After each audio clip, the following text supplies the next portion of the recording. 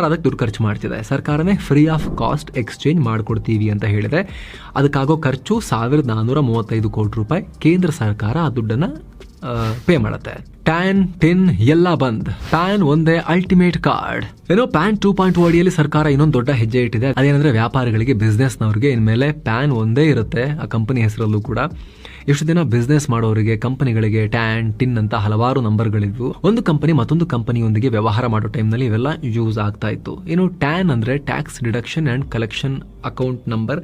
ಇದು 10 ಅಂಕಿಯ number. TDS, TCS cut ಮಾಡೋರು ಇದನ್ನ ಇಟ್ಕೋಬೇಕಾಗಿತ್ತು. ತಮ್ಮ ಉದ್ಯೋಗಿಗಳಿಗೆ TDS ಕಟ್ ಮಾಡಿದ ಮಾಹಿತಿ ಸರ್ಕಾರಕ್ಕೆ ಕೊಡೋಕೆ ಇದನ್ನು ಯೂಸ್ ಮಾಡಬೇಕಾಗ್ತಿತ್ತು. ಇದ್ರ ಜೊತೆಗೆ ಪ್ಯಾನ್ ಇತ್ತು. ಹೀಗೆ ಬಿಸ್ನೆಸ್ ಮಾಡೋರಿಗೆ ಹಲವು ರೀತಿಯ ಟ್ರಾನ್ಸಾಕ್ಷನಲ್ ID ಕಾರ್ಡ್ಗಳನ್ನ ಅಥವಾ ನಂಬರ್ಗಳನ್ನ ಬಳಸಬೇಕಾಗ್ತಿತ್ತು.